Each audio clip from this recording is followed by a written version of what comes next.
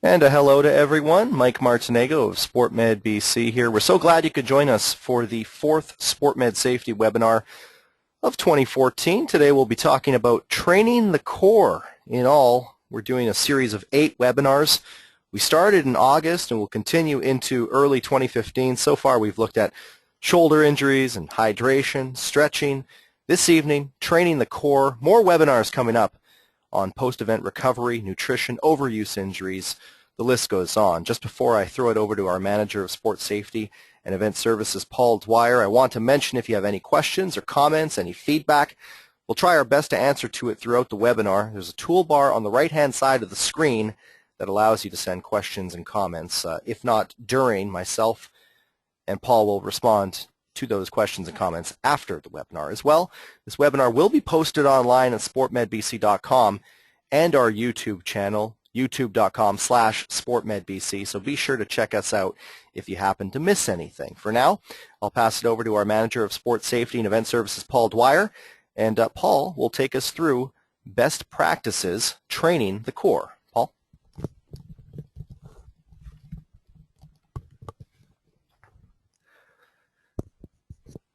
Great. Thank you, Mike, and thank you to everybody who's joining us tonight. As Mike said, my name is Paul Dwyer. I'm the Manager of Sports Safety and Event Services with SportMedBC. So we're going to jump right into things. This evening we're going to briefly talk about some of the misunderstandings around what is the core. I'll try to explain what the role of the core actually is. To do that, we'll go over some of the core musculature, and lastly talk about what training the core is regarding endurance and regarding strength.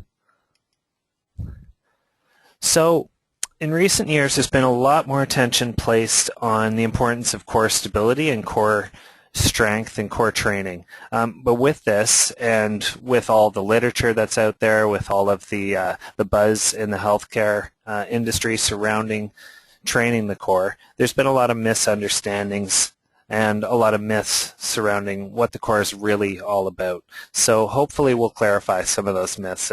And some of the common ones you often hear is that core training is really just about ab strength. It's about developing that six-pack look, that doing lots of crunches is going to make your core really, really strong.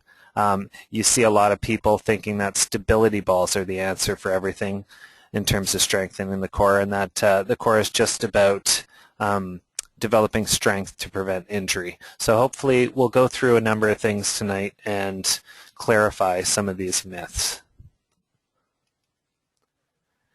So answering the question of what the core is, there's really a great deal of debate surrounding what it is. It's dependent on who you ask, perhaps what healthcare profession the individual works in.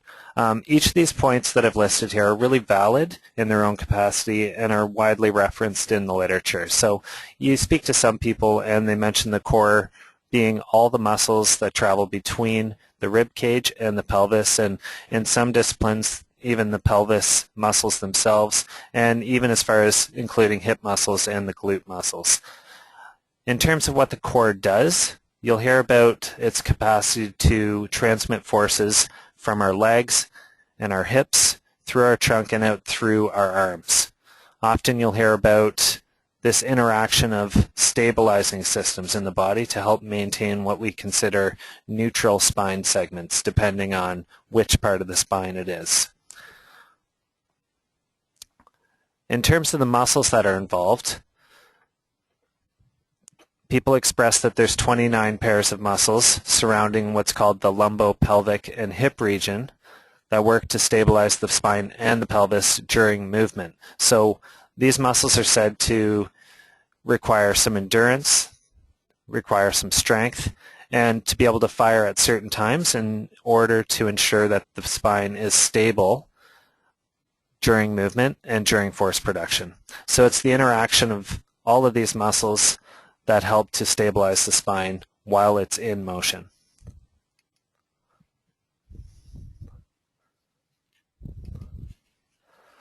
So to sort of simplify, core training is really just about spinal stability. So it's not about ab strength. It's about being able to stabilize the spine. It's about the capacity to generate force with the extremities while maintaining a supported or a sort of safe spinal position.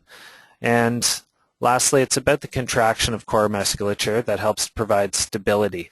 So it's really not about this six-pack flexion of the trunk. So when we look at the six-pack muscles or the rectus femoris, that's really about trunk flexion or being able to bend the hips forwards. And really that's not what the core is about at all. So to better understand what the role of the core is, it's really important that we look at the muscles themselves, look at their location and what the role of those muscles are. So you can divide the muscles in the core into what we call local muscles or deep muscles, as well as superficial or global muscles. So looking at the deep muscles, we're looking at more segmental stability. Now when I say segmental stability, I'm referring to each individual vertebrae in the spine or individual sections in the spine. So two of the primary stabilizers in the spine are the multifidus muscle, which is really a tiny series of muscles that spans the posterior, the back part of the spine. And they really provide stability to each vertebrae separately, spanning 1 to 3 vertebrae at a time. And these provide a lot of proprioception or feedback to the spinal segments about where they are in space and how to respond to increases in bending. The other primary stabilizer is what we call the transversus abdominis, and this is a muscle that helps to increase tension of the thoracolumbar fascia and increase intra-abdominal pressure. So it's more like a band or a corset that wraps around the center part of the body to help stabilize the trunk. The others listed have a role in stabilizing as well as moving the spine. And some of the characteristics about the deep local muscles are really that these are a lot deeper layers. They're the sort of initial layers closest to the spine. Most of these muscles are slow twitch fibers in nature, so this means that they can be contracted for longer and are less likely to be susceptible to fatigue. So they have a lot more endurance. These muscles also have a lot more muscle spindles, and these are the receptors within the muscles that give feedback to the nervous system as to whether or not the muscle needs to contract or relax. So here's a closer look at these local deep muscles. You'll see the multifidus muscles spanning along the back of the spine, and then the deep layer transversus abdominis that really spans from the rib cage all the way down to the pelvic bone and sort of wraps around like a belt or a corset, as I discussed. And then you'll see the picture on the right here pointing out that these abdominal wall muscles are really in layers. There's 4 deep layers, the transversus abdominis being the deepest layer.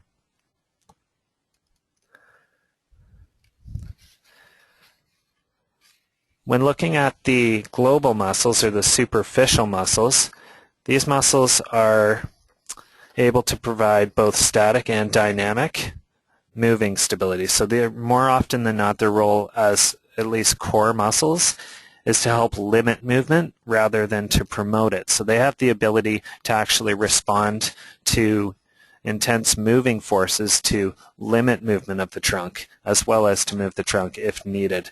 So these muscles need to support dynamic contractions, eccentric and concentric of the spine through a full range of motion. So some of the characteristics of these muscles would include that they're more fast twitch in nature, so meaning that they create a lot more power generation and that these are more quick to fatigue. So they're more used for power and strength movements. So this is where you get into the rectus abdominis, or that six-pack muscle that you're always striving for. And this is our trunk flexor, the psoas major, which is more of a hip flexor, trunk flexor, as well as some of the posterior muscles.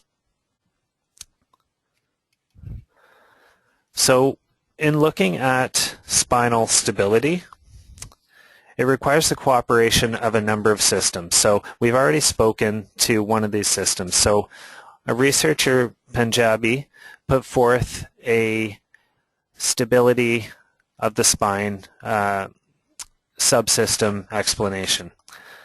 These three subsystems need to work together in order to have spinal stability, and all systems need to be working well in order for the system to be working. If one system is in dysfunction, the rest of spinal stability is going to be less effective. So the active system is made up of the muscles that we've spoken about, both the global muscles as well as the local or the deep muscles.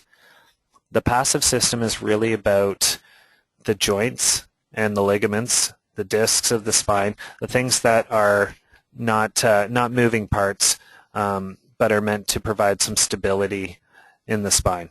And lastly, there is the neural component, and this includes the central nervous system as well as the nerves and the receptors that help to influence the active system in terms of muscle recruitment and in terms of the speed and intensity of the contraction that's needed for the respective demands of those muscles. So this is a really great way to explain how spinal stability works. And like I said, all systems need to be in cooperation in order for things to work. And core training is really about helping to train those systems, specifically the active and the neural components. So in terms of training the core, there's a few important and general guidelines that can kind of be remembered in terms of training the core. So when you're training the core, it's really important that you're training both local and global muscles of the active system. Generally, programs will work from exercises that progress from deep muscles to the more superficial muscles, or basically from the inside out. It's important that you incorporate static stability exercise that focus on endurance of those local and global stabilizing muscles, and then that you move on to dynamic and functional exercises that focus on stability and strength of your global or moving muscles. And lastly, the neural system. It can be enhanced by doing exercises that will actually help to challenge the system. So you'll make adaptations during training through including variable loads, different surfaces to train on, different positions of the body.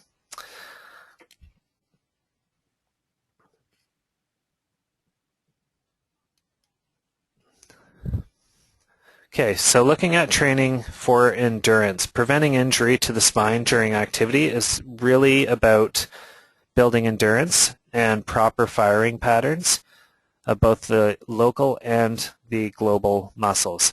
So it's important to focus first on isometric contractions of the deep or the local muscles. Okay, and in doing so, the isometric contraction is basically a stable spine position without the trunk moving. So it's a contraction of those deep muscles without actually bending the spine. So you see in this first picture, this position will create a really rigid spine position, and that position is held. Okay, and during all of this, you're wanting to focus on an optimal spinal position, so one that keeps that sort of neutral lumbar spine curve, okay, and doesn't have buckling within the spine. Repetitions in terms of endurance training can be approximately 10 seconds when you begin, and working towards being able to hold these poses for 30 to 45 seconds. Once things become really easy, variations can be added where you include limb movement or perhaps you include some resistance. So you see here the similar bridge, including limb movement of one leg at a time. So progressions can include not only limb movement but also multiple planes of movement. We also can include progressions from a lying position to a seated position to a standing position. So you'll see at the bottom we've included somebody sitting on a stability ball, and then including single leg movements as well. So we can also include progressions that add rotary movements and that include global muscle activation. And speaking to the stability balls, various loading conditions and variable surface can help to train that neural component and can help to train our overall muscle recruitment. And I'll speak briefly to the role of stability balls in a moment. Okay, so I've just given some examples here of some endurance training. You'll see at the top we've got a side plank that's going to challenge the sort of static stability of the spine. And to the right, just a variation of the side plank that'll actually include some dynamic stability and somebody moving in the sort of transverse plane. Moving to the second pictures, okay, we're seeing an athlete who is training, again, static stability with a two-legged stance, and then someone creating static stability of the spine, doing a single leg stance while also exercising movement through the upper extremities. And then lastly, we see some change in our surface in terms of training on a BOSU ball or an unstable surface, and this will really help to challenge the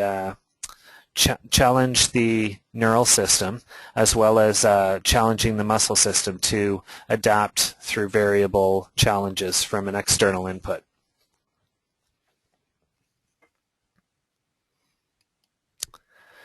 In terms of training for strength and training for function, it's really important that you should never start training for power or strength before you've established a really excellent movement pattern and ability to stabilize yourself in these endurance type exercises. So it's really important to develop that base and ability to maintain a really rigid, solid core in different planes of movement and different surfaces like we've just spoken through. So the goal in terms of training for strength is really about function. So the goal is not to create power directly from the core. So this idea of trunk flexion is not really what we're aiming for, but the idea here is about spinal stability and minimal spinal bending or buckling while we're trying to transmit forces from our hips through the core and out through our arms or through our legs. So it's important to incorporate functional type movements. So this can involve pushing, pulling exercises. This can involve lifting, throwing, carrying things, as well as sport-specific movements. So during this strength or functional training, we're looking really at both global and local muscles working together so that they're synergists working together to stiffen the spine as a whole, and they'll allow for more dynamic stability while performing movements in lots of different planes, so frontal plane, transverse plane, and the sagittal plane as well. Progressions within this training, when you're training for more function, can include static to dynamic stabilization. You can include increasing loads, variable surfaces, increased repetitions, and increased speed of movement.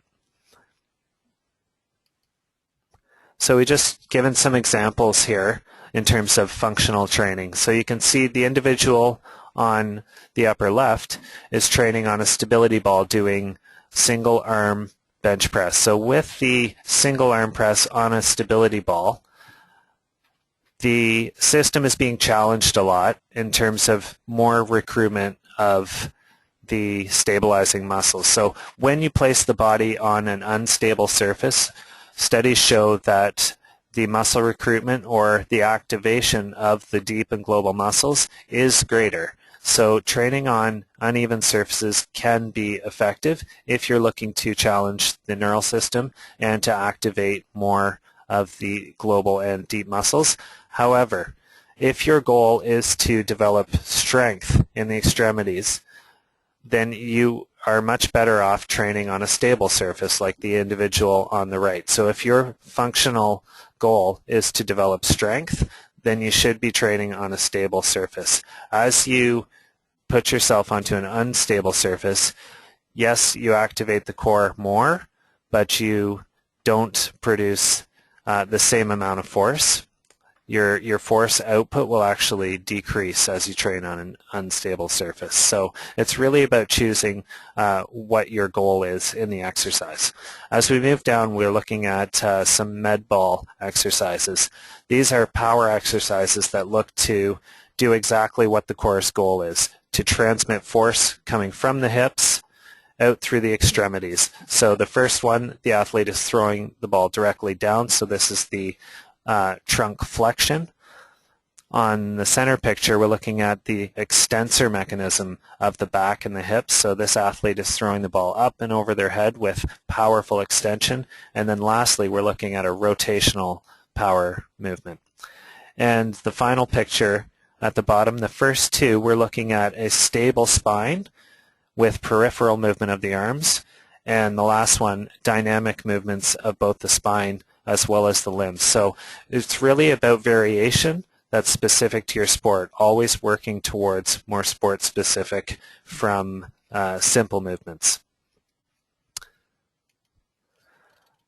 So now that we've talked a lot about the muscles involved and what the core actually does, we can dispel some of these myths. So looking back about whether core training is really about the abs, it's not. It's really about creating spinal stability and being able to efficiently transmit forces through the trunk and into our extremities.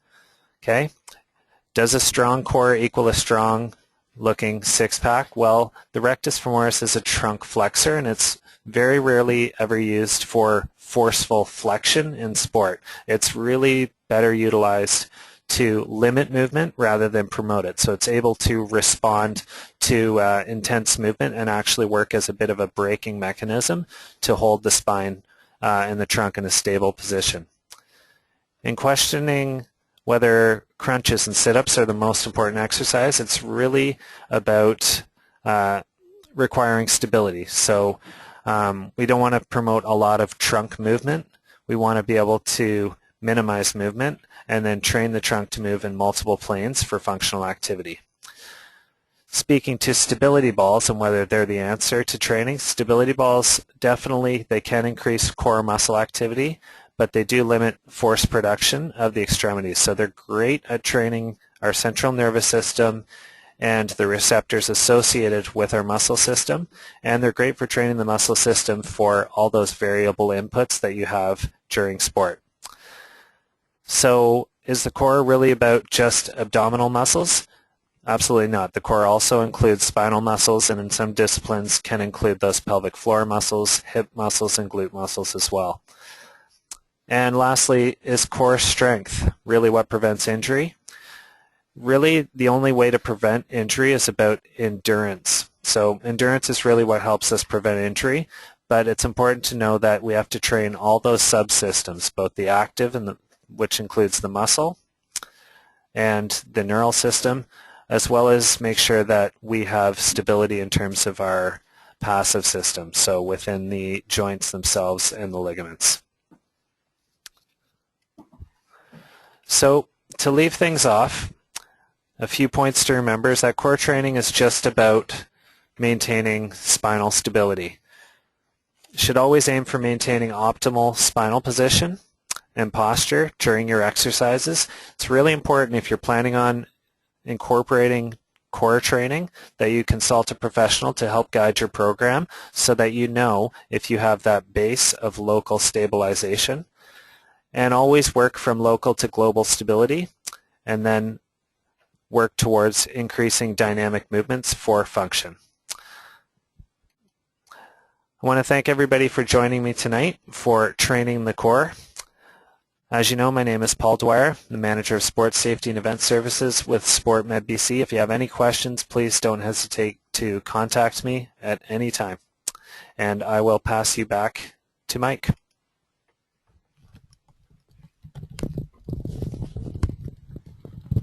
Fantastic stuff, Paul. Thanks again. Great stuff. Thanks to everyone for tuning in and passing along their thoughts. For tips and tools, resources, a variety of information on courses, workshops, and events, be sure to visit SportMedBC.com. Paul mentioned how to connect with him right on screen right now. For more on SportMedBC, visit SportMedBC.com and check us out, YouTube.com twitter.com/SportMedBC, facebook.com/SportMedBC, and twitter.com/SportMedBC. Next webinar will be in a couple weeks' time. Stay tuned for details and be sure to check back for information and updates through our website and various social media channels. For Paul Dwyer, I'm Mike Martinego. Thanks again for tuning in to this SportMed Safety Webinar.